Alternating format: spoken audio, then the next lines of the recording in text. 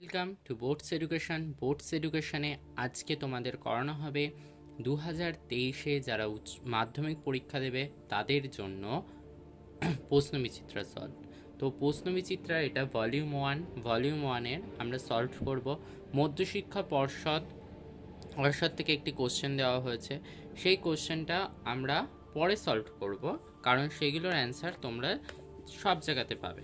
ঠিক আছে, এই যে মধ্যশিক্ষা পর্ষদ সম্পর্কিত এই যে মধ্যশিক্ষা পর্ষদ প্রকাশিত নমুনা প্রশ্নপত্র, এটা আমরা পরে করব।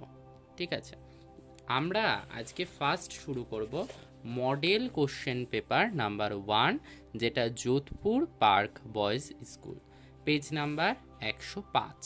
ঠিক আছে, তো এই অঙ্ক করব। এরকম আমাদের 24টা অধ্যায় রয়েছে, মানে মডেল কোশ্চেন রয়েছে।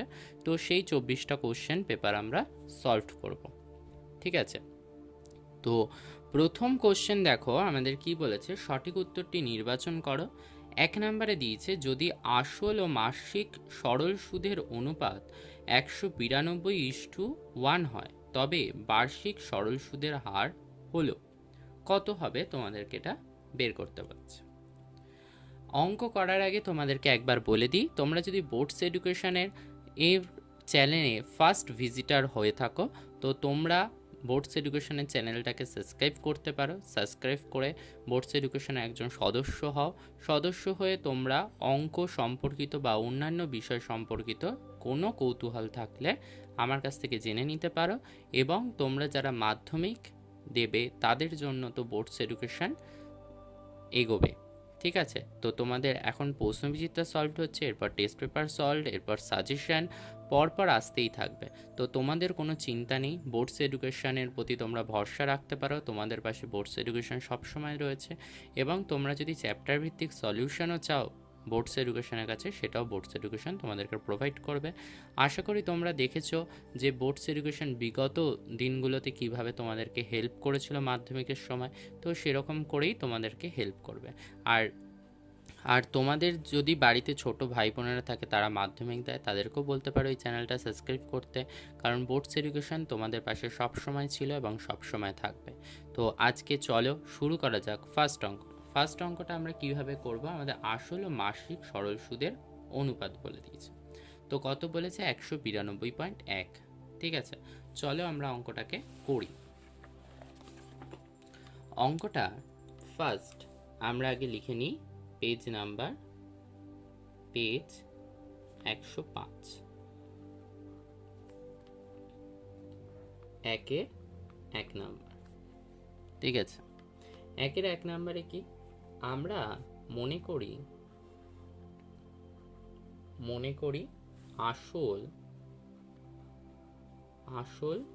পি সমান 192x টাকা, কারণ দুটো অনুপাত দিয়ে দিয়েছে। তো আমরা কেন এক্স ধরলাম, কারণ সর্বজনীন ধ্রুবক আমরা এক্সটাকে ধরে নিলাম, সর্বজনীন গুণনীয়ক। ঠিক আছে, এক্সটাকে ধরলাম। আর সুদ বলেছে এক্স, কেন 1। ঠিক আছে, 1 মানে এক্স, তাহলে 1x তো লিখি না, তার জন্য এক্স টাকা। ঠিক আছে, আর সময় হচ্ছে টি ইজুকাল টু কত, 1 মাস। 1 মাসটাকে আমরা কি করব না, সেটাকে আমরা বছরে কনভার্ট করব, তাহলে 1/12 করব। তো এটা আমাদের বছর হয়ে গেল। ওকে, তাহলে অতএব সুদের হার মানে কি, সুদের হার মানে হচ্ছে আর। তাহলে আমরা সূত্রকে জানি I × 100/PT। তাহলে I মানে কত, x, 100, P মানে 192x, আর টিটা কত, টিটা হচ্ছে 1/12, তাই তো। তাহলে দেখো এই পাশের x, দেখো এই x কাটা যায় না, x কেটে দিলাম। এবার 12 দিয়ে 192কে যদি কাটো তাহলে কত হয়, 12 দিয়ে 192কে যদি কাটো, তাহলে আমি এটাকে ধরলাম, ফার্স্টে তুমি এটাকে 2 দিয়ে কাটো, 2 দিয়ে কাটলে 6, আর 2 দিয়ে কাটলে কত হয়, 2 দিয়ে কাটলে 9, 6, 96। এবার দেখো এটাকে যদি 4 দিয়ে কাটো 25, আর একে যদি 4 দিয়ে কাটো কত হবে? 4 দিয়ে কাটলে 24, 24কে যদি 6 দিয়ে কাটো তাহলে কত? 4। তাহলে আমাদের অ্যান্সার কত আসছে? অ্যান্সার আসছে 25/4। তো তোমরা এটা বলতে পারো পাশাপাশি কাটলে, এটা কিন্তু পাশাপাশি নয়, এটা কিন্তু 1 ইন্টু 1/12 আছে, ঠিক আছে? 192 ইন্টু 1/12 আছে, তার জন্যই কেটেছি। তাহলে 125/4, তাহলে ইজুকাল টু 6.14%। তাহলে আমাদের কোন অপশানটা এখানে হবে?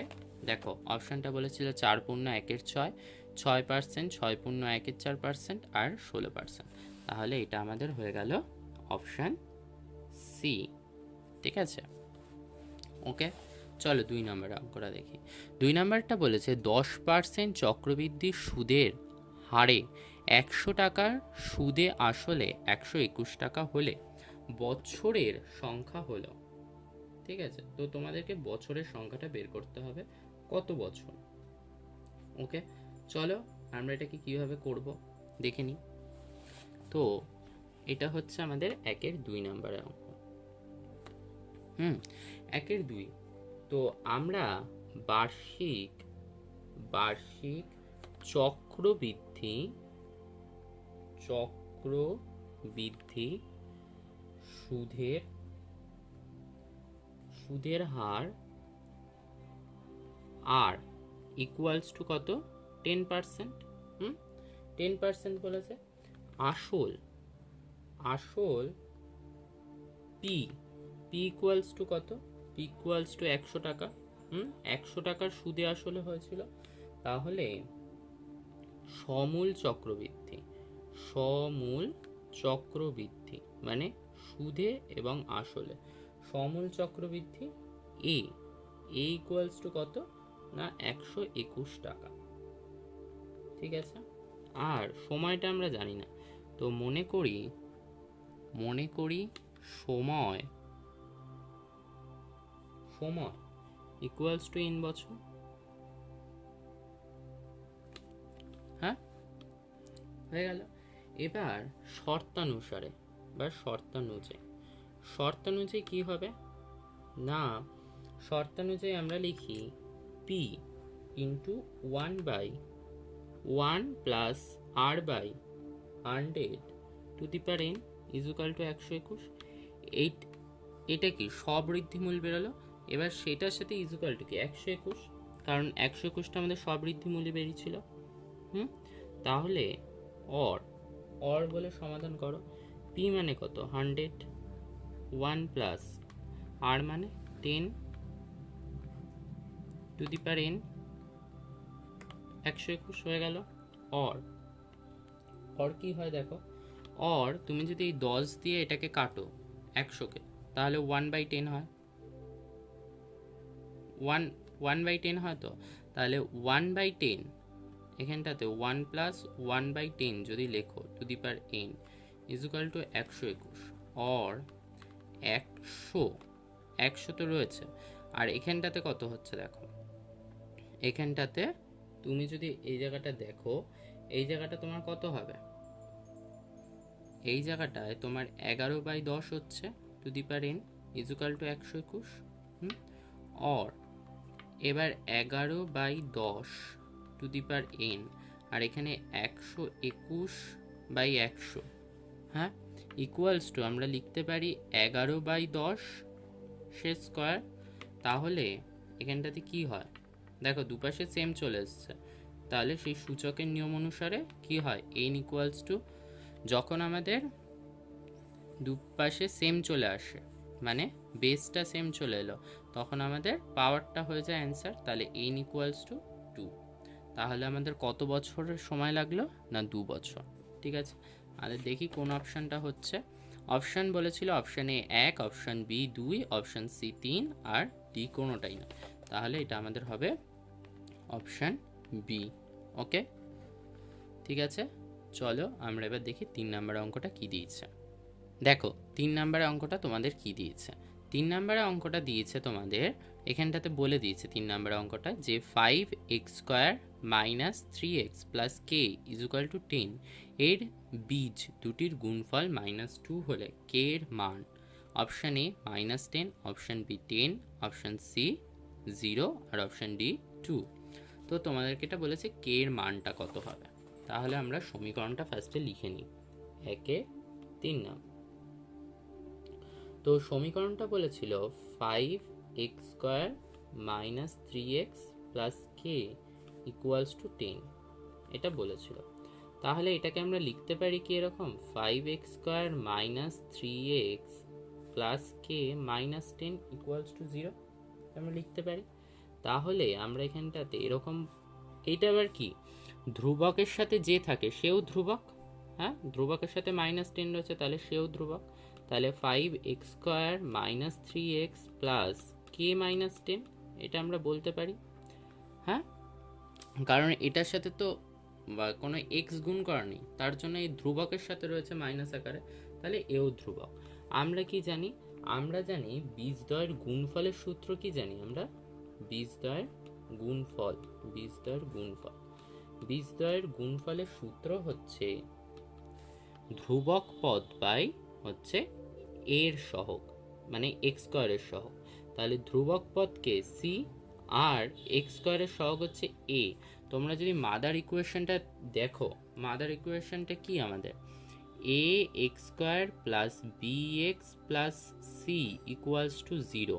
তো সেখান থেকে আমি বলছি এটাকে a আর এটাকে c, c হচ্ছে ধ্রুবক পদ আর a হচ্ছে আমাদের x² এর সহগ, ঠিক আছে।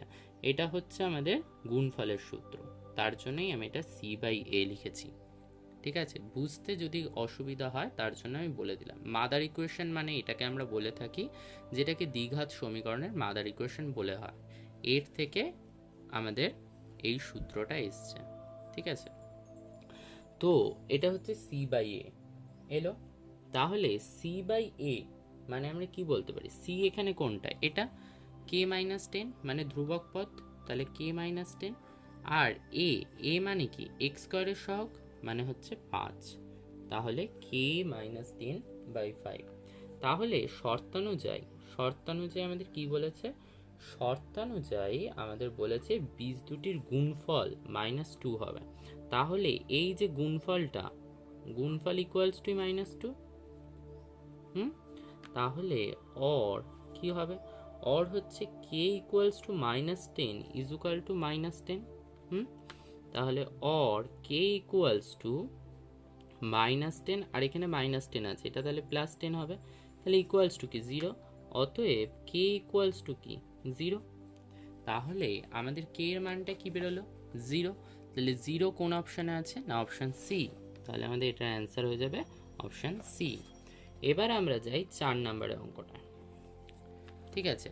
তো 4-এর অঙ্কটা কি করব আমরা, দেখো 4-এর অঙ্কটায় তোমাদেরকে কি বলেছে যে √45 এর করণী নিরসনের উৎপাদক √x হলে x এর ক্ষুদ্রতম মান কত হবে।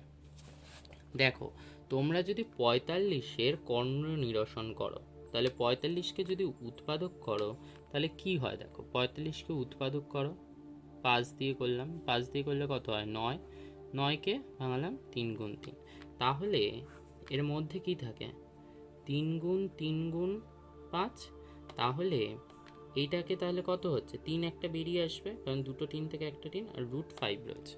তাহলে আমাদের এটাকে x মানে রুটের মধ্যে কে রয়েছে 5, তাহলে √x = √5, তাই তো।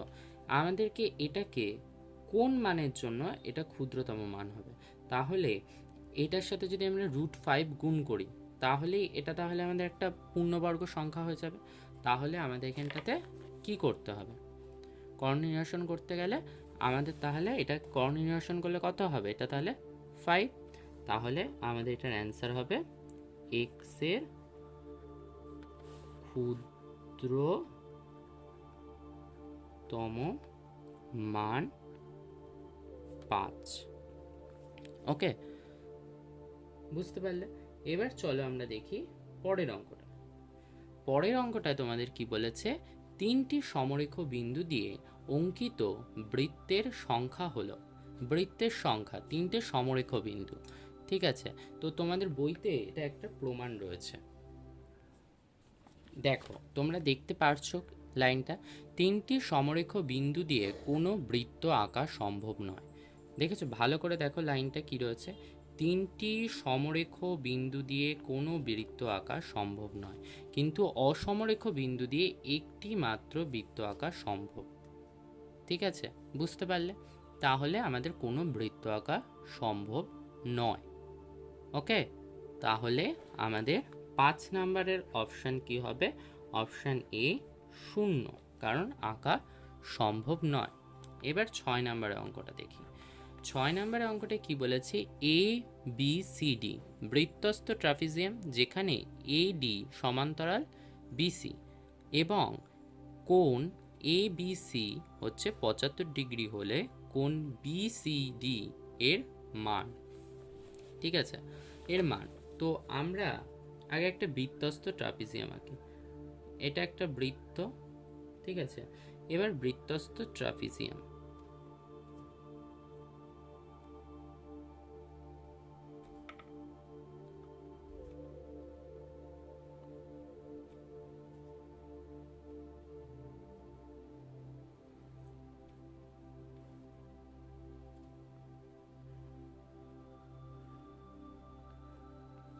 এটা একটা বৃত্তস্থ ট্রাপিজিয়াম। এটার ধরো, এটার আগে নামকরণ করে দিই A B C D.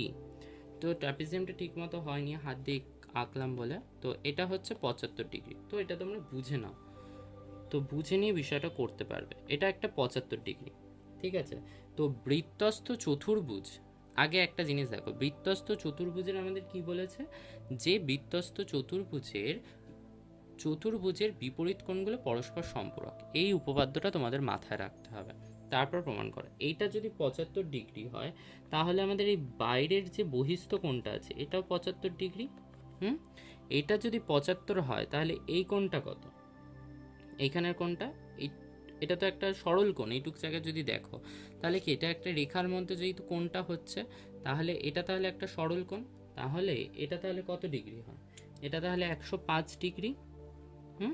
105 degree.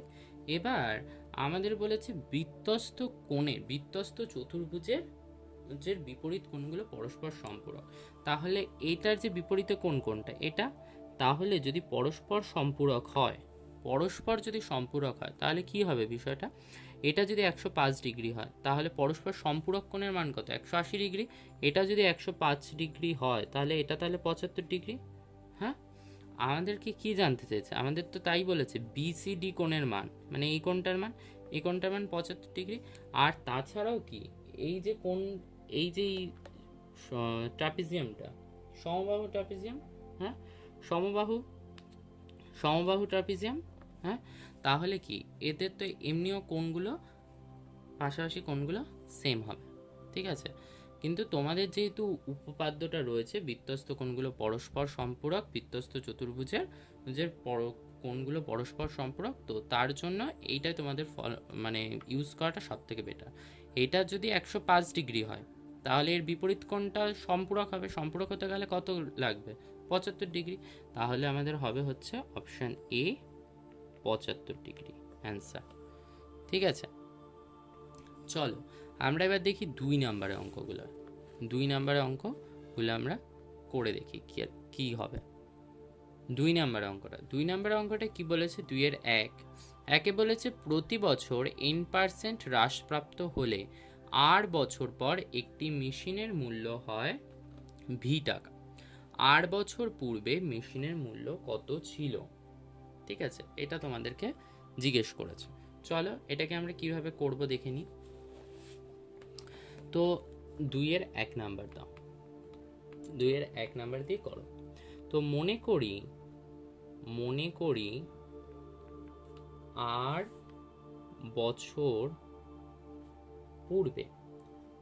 বছর পূর্বে মেশিনের মূল্য ছিল x টাকা। 8 বছর পূর্বে মেশিনের মূল্য কত ছিল? না x টাকা। ঠিক আছে, এবার সময় কতটা? সময় কতটা পেয়েছে না, সময়ও হচ্ছে, সময়টা আমাদের এখানে কত, সময় হচ্ছে 8 বছর, ঠিক আছে। আর বর্তমান মূল্য, মেশিনটার বর্তমান মূল্য কত, বর্তমান মূল্য হচ্ছে ভি টাকা, আর হ্রাসের হার, হ্রাস পাচ্ছে, হ্রাসের হারটা কত হচ্ছে, হ্রাসের হার হচ্ছে n% করে কমছে, বুঝতে পারলে তো। সময়টা হচ্ছে 8 বছর, বর্তমান মূল্য হচ্ছে ভি, আর হ্রাসের হার হচ্ছে n%। তাহলে শর্তানুযায়ী, শর্তানুযায়ী কি হবে, শর্তানুযায়ী হচ্ছে এক্স, হ্যাঁ, x into 1 minus n to the power n by 100। কেন, এক্স মানে কি, তোমরা যদি সূত্রটা দেখো, সূত্রটা কি হয়, সূত্রটা হচ্ছে p into 1 minus r by 100 to the power n, হ্যাঁ সেটা হয় তো। তো সেটা যদি হয় তাহলে পি, পি মানে কি এখানটাতে বর্তমান মূল্যটা, তাহলে বর্তমান মূল্যটা, ওকে, পি, ওকে।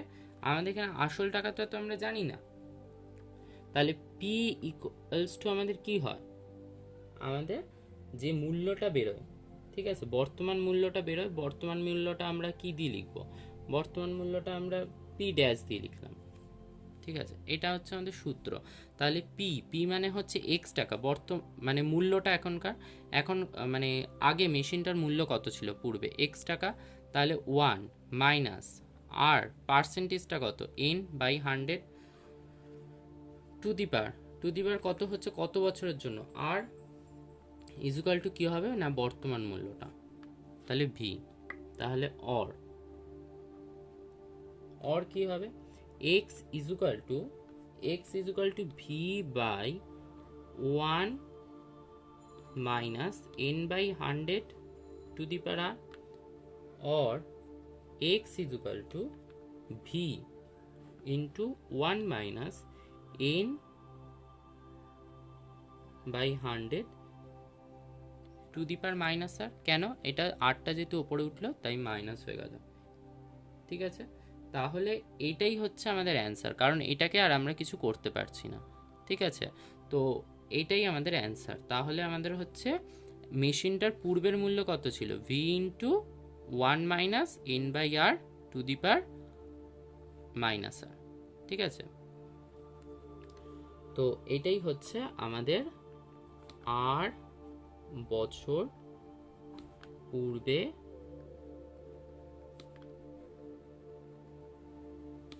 মেশিনটির মূল্য v into 1 minus n by 100 to the power minus r. আমার হয়তো কিছু কিছু জায়গায় বলতে একটুখানি গন্ডগোল হয়ে গেছিলো কথাতে, মানে ভিটাকে আর করে দিচ্ছিলাম, এনটাকে আর করে দিয়েছি, তো এটা একটুখানি সূত্রটার জন্য প্রবলেম হয়ে গেছে। তো তোমরা একটুখানি অঙ্কটাকে দেখে নিও, ঠিক আছে। চলো এবার 2 নম্বর অঙ্কটা। 2 নম্বরের অঙ্কটায় বলেছে কি দেখো, পি আর স্কোয়ার, ঠিক আছে, p r square plus q x plus 1 equal to 0। সমীকরণের বীজ দুটি আলফা ও বিটা হলে alpha square beta plus beta square alpha এর মান নির্ণয় করো, ঠিক আছে। চলো করে ফেলি। তাহলে 2 নম্বরের অঙ্কটা আমাদের কি বলেছে, p x square plus q x plus 1 equals to 0, এটা আমাদেরকে বলেছে। এবার বলেছে আমরা কি কি জানি সূত্রগুলো, আমরা একটা জানি বীজদ্বয়ের, ঠিক আছে। এটাকে আমি একটুখানি আর একটা ভাবে দেখো, তো তোমরা এটা বুঝতে হয়তো অসুবিধা হতে পারে, ঠিক আছে। আমরা লিখি যে a x square plus b x plus 1 equals to 0 সমীকরণের সহিত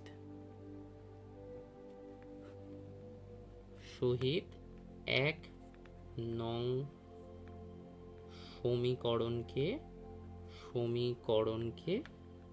তুলনা করে পাই, কারণ এটাতে 2 নাম্বার রয়েছে, তো 2 নাম্বারের মতোই করাটাই বেটার আমাদের, তাহলে করে পাই। ঠিক আছে, এবার যদি তুলনা করো তাহলে a ইজুকাল টু কি p, b ইজুকাল টু কি q, অ্যান্ড 1 মানে c, c ইজুকাল, সরি এটা c হবে, c ইজুকাল টু কি হবে 1, তাই তো। তাহলে আমরা ইকুয়েশনটাকে করে নিলাম। এবার আমাদের সূত্র আছে, আমাদের সূত্রটা কি, যে বীজদ্বয়ের গুণফল, বীজদ্বয়ের গুণফল, তো সেটা আমরা কি জানি, সেটা জানি হচ্ছে আমরা সি বাই এ। ঠিক আছে, তাহলে সি বাই এ মানে কি, মানে ধ্রুবক পদ বাই হচ্ছে এক্স স্কোয়ারের সহগ, তাহলে ধ্রুবক পদ হচ্ছে এখানে 1 আর এক্স স্কোয়ারের সহগকে পি হলো, আর বীজদ্বয়ের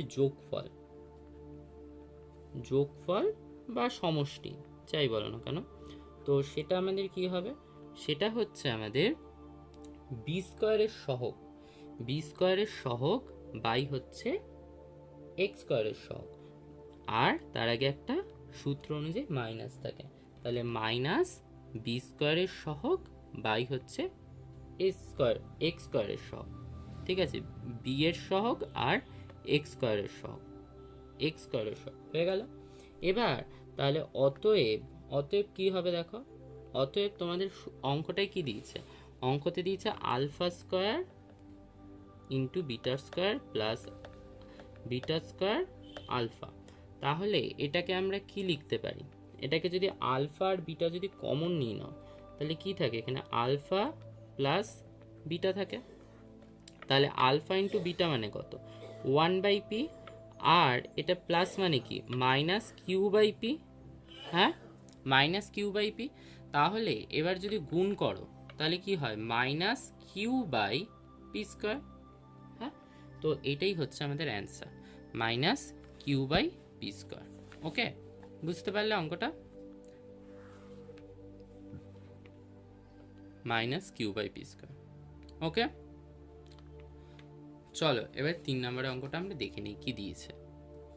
3 নম্বরের অঙ্কটায় আমাদের দিয়েছে যে বলে দিয়েছে কোনো বৃত্তে A B 3 semi, AC 4 semi পরস্পর লম্ব দুটি জ্যা হলে বৃত্তটির ব্যাসার্ধ কত।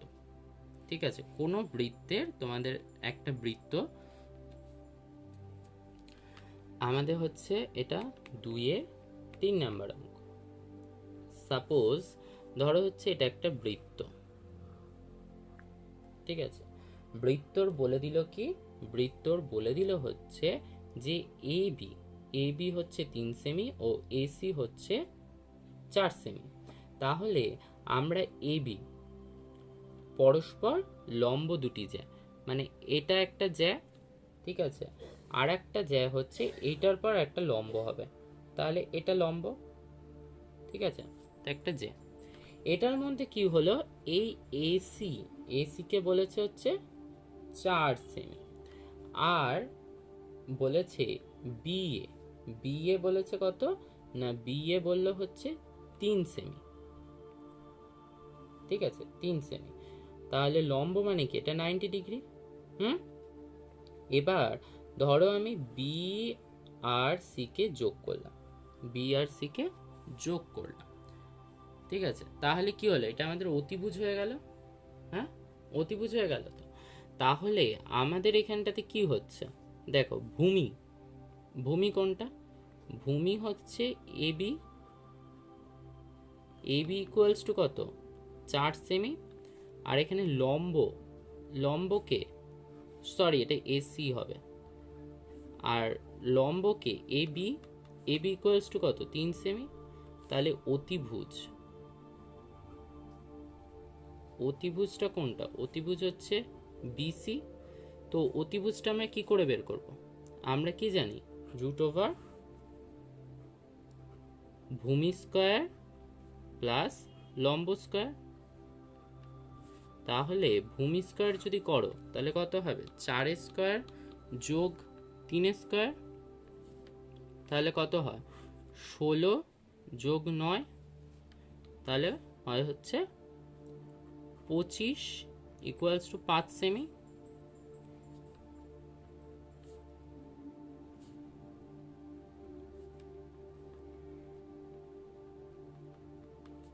হলো 5 সেমি। তাহলে আমাদের এই বাহুটা, টোটাল বাহুটা কত বেরোলো, টোটাল বাহুটা বেরোলো হচ্ছে 5 সেমি। ঠিক আছে, টোটাল বাহুটা বেরোলো 5 সেমি। আমরা জানি পরিবৃত্ত, পরিবৃত্তের ওপর যে পরিবৃত্ত আমরা যদি এর ওপর থেকে পরিবৃত্ত অঙ্কন করি, তার মধ্যে যদি মানে সমকোণী ত্রিভুজ তৈরি হয়, তাহলে আমরা জানি কেন্দ্র কোথায় থাকে না, অতিভুজের মাঝখানে থাকে। তাহলে আমাদের এই কেন্দ্রটা অতিভুজের মাঝখানে আছে। তাহলে আমরা কি বলতে পারি, আমরা বলতে পারি বৃত্তটির ব্যাসার্ধ,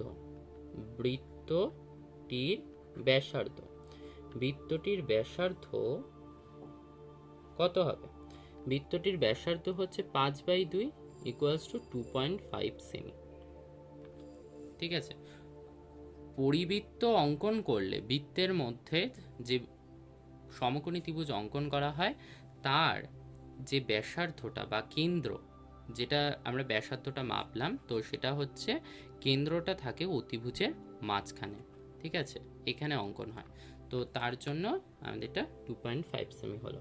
ঠিক আছে, এর পরের অঙ্কটা দেখো, বলেছে 4 নম্বর অঙ্কটা বলেছে ABCD বৃত্তস্থ চতুর্ভুজের AB ইজুকাল টু AD, কোণ DAC ইজুকাল টু 60 ডিগ্রি, এবং কোণ BDC ইজুকাল টু 50 ডিগ্রি হলে কোণ ACD এর মান কত জানতে চাইছে। চলো করে ফেলি।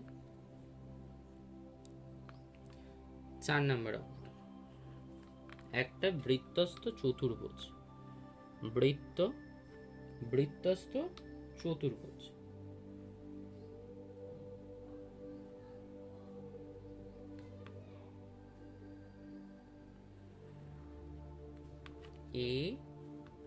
ABCD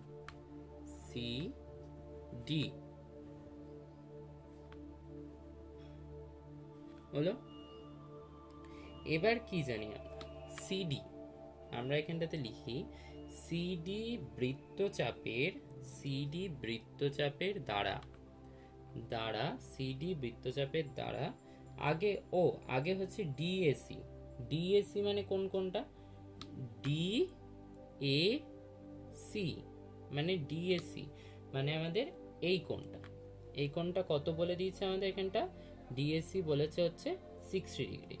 আর BDC মানে BD অ্যান্ড হচ্ছে C মানে হচ্ছে এই কোণটা আমাদের কত বলেছে না 50 ডিগ্রি। তাহলে আমরা বলতে পারি কি CD বৃত্তচাপের দ্বারা বৃত্তস্থ কোণ DAC এবং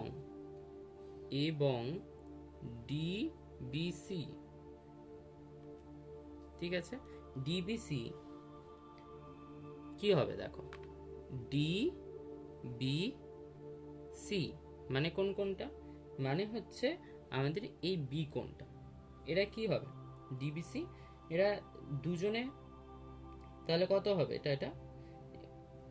এটা এই কোণটা আর এই কোণটা কত হবে, এটা তাহলে আমাদের 60 ডিগ্রি হবে না, কারণ দুজনেই সেম। হ্যাঁ, DAC ইকুয়ালস টু কোণ DBC ইকুয়ালস টু 60 ডিগ্রি। ঠিক আছে, আর BC বৃত্তচাপ দ্বারা গঠিত বৃত্তস্থ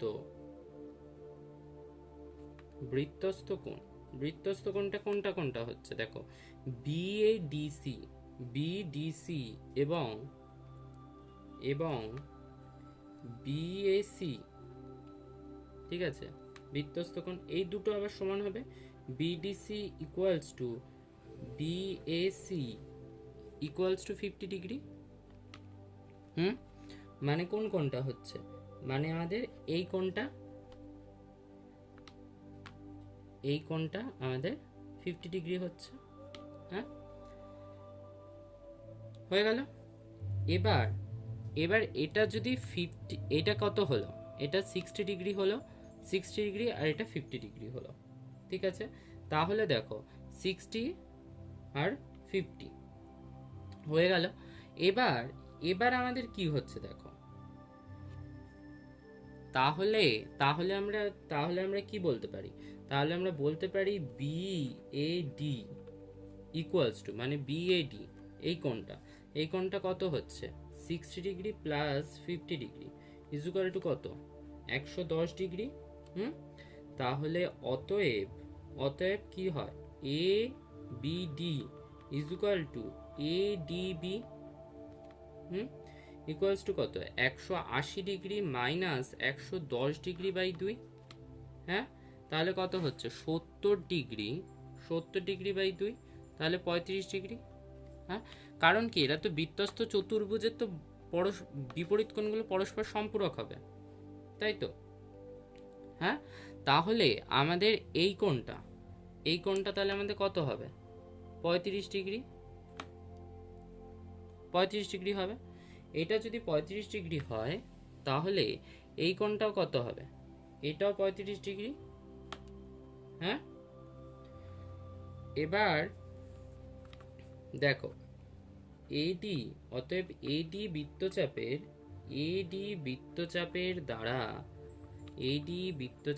দ্বারা গঠিত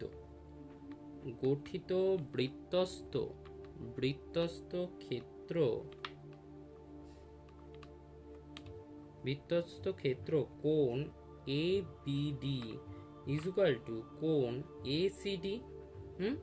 তাহলে এ বিডি ঠিক আছে, মানে এই কোণটা আমাদের কত বেরোচ্ছে, এই কোণটাও 35 ডিগ্রি। তাহলে তার সাথে সমান সমান কে এসিডি, তাহলে আমরা বলতে পারি কি কোণ এ বিডি ইকুয়াল টু কোণ এসিডি ইকুয়ালস টু 35 ডিগ্রি, ঠিক আছে। ওকে, এবার যাচ্ছি আমরা 5 নাম্বার পরের অঙ্কটা আমরা কি করে করব, চলো দেখে নি কিভাবে করা যায়। 2-এর 5 নাম্বার। তো ঘনকের মনে করি ঘনকের বাহুর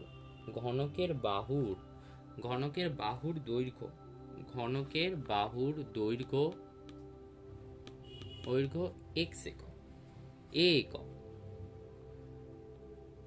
তোমাদেরকে অঙ্কটা একবার পড়িয়ে নি।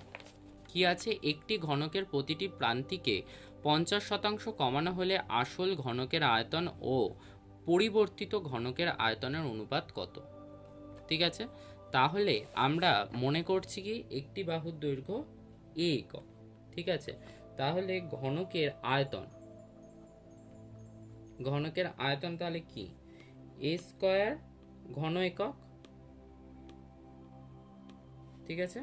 তাহলে আমরা কি বলতে পারি, পরিবেষ্টিত মানে যে ঘনকটা যে পাওয়া যাচ্ছে, ঠিক আছে, আমাদের যে মানে পরিবর্তিত যে ঘনকটা, ঠিক আছে, সেই পরিবর্তিত ঘনকের বাহুর দৈর্ঘ্য কি হবে, পরিবর্তিত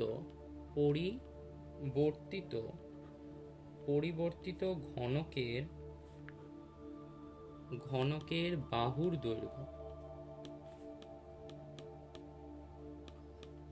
দৈর্ঘ্য কি হচ্ছে a মাইনাস কতটা কমছে না 50%, তাহলে 50%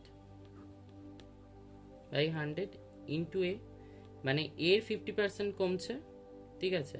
তাহলে কি হবে, এটা শূন্য কাটলো, তাহলে কত থাকে, 5 দিয়ে 2, তাহলে a মাইনাস a বাই 2, তাহলে ইকুয়ালস টু কি হয়, 2a minus a by 2 equals to a by 2। হ্যাঁ, এত একক। দেন পরিবর্তিত ঘনকের আয়তন, পরিবর্তিত ঘনকের আয়তন, আয়তন কতটা চেঞ্জ হচ্ছে না, আয়তন কত, বাহুর দৈর্ঘ্য যদি a বাই 2 হয় তাহলে তার স্কয়ার, তার কিউব করলে কি হয়, a কিউব বাই হচ্ছে, সরি এখানে আমি স্কয়ার লিখে দিয়েছি, এটা কিউব হবে, ঠিক আছে। তাহলে এটা 8 ঘন একক হলো। তাহলে অতএব কি হবে, অতএব যে পরিবর্তিত ঘনকের আয়তন, ঠিক আছে, তাহলে আমাদের পরিবর্তিত ঘনকের আয়তনের অনুপাতটা জানতে চেয়েছে, তাহলে লিখি পরিবর্তিত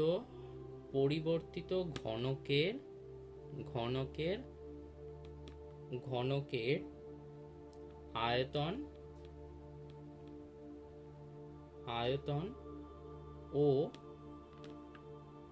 ও আসল ঘনকের আয়তন। আসল ঘনকের আয়তন কত ছিল, পরিবর্তিত ঘনকের আয়তন কত, পরিবর্তিত ঘনকের আয়তন হচ্ছে আমাদের হচ্ছে a কিউব বাই 8। হ্যাঁ, আর আসল ঘনকের আয়তন কত, আসল ঘনকের আয়তন হচ্ছে a কিউব। তাহলে কি হবে, a কিউব কেটে যায়, তাহলে কি হয় 1/8:1, ঠিক আছে। তাহলে এটা আমরা কি বলতে পারি, 1:8, ঠিক আছে। তাহলে 1:8 পরিবর্তিত ঘনকের আয়তন হচ্ছে 1:8, পরিবর্তিত এবং আসল ঘনকের আয়তন। আর তোমাদের যদি বলে আসল ঘনকের আয়তন আর পরিবর্তিত, যেটা বইতে বলেছে, তো সেটা যদি হয় তাহলে সেটা 8:1 হয়ে যাবে। কিরকম করে দেখো, আসল ঘনকের আয়তন ও পরিবর্তিত ঘনকের আয়তন, ঠিক আছে। তাহলে আসল ঘনকের আয়তন কত, আসল ঘনকের আয়তন হচ্ছে a কিউব, আর পরিবর্তিত ঘনকের আয়তন কত, a কিউব বাই 8। তাহলে কি হয় 1:1/8, কেন a কিউব কেটে যায়, তাহলে এবার 8:1 হয়ে গেল। এটা তোমাদের বইতে জিজ্ঞেস করেছে, পরীক্ষাতে কিন্তু তোমাদের এরকম অনুপাতগুলো চেঞ্জ করে দিতে পারে। আমি তাই দুটোই দেখিয়ে দিলাম, তো দুটোর অনুপাত কিন্তু 2 রকম হবে, ঠিক আছে। তো তোমরা হয়তো কেউ 8:1 যদি পরীক্ষায় লিখে এসে বলো আমার অ্যান্সার ঠিক আছে, তো অ্যান্সার কিন্তু ভুল, যদি তোমাদের দেয় আসল ঘনকের আয়তন আর পরিবর্তিত ঘনকের আয়তন জিজ্ঞেস করে, ঠিক আছে। বইয়ের অ্যান্সার হচ্ছে এটা, বইতে এটা পাবে, এটা বইতে আছে, ঠিক আছে। মানে তোমাদের এটা প্রশ্নবিচিত্রার কোশ্চেন, এর উত্তর হচ্ছে এটা, আর এটা হচ্ছে তোমাদেরকে আমি এমনি করে দেখালাম, ঠিক আছে। তো তোমাদের ভিডিওটা কেমন লাগলো তোমরা জানিও, আশা করি তোমাদের অঙ্কগুলো সলভ হয়ে গেল। আর পরের দিনকা আমি বড় কোশ্চেনের উত্তর নিয়ে আসবো। তো তোমরা যদি এখনও চ্যানেলটা সাবস্ক্রাইব না করে থাকো, অবশ্যই চ্যানেলটা সাবস্ক্রাইব করো, এবং রায় মার্টিনের সলভ পরপর হতে থাকবে চ্যাপ্টার ওয়াইজ, তোমরা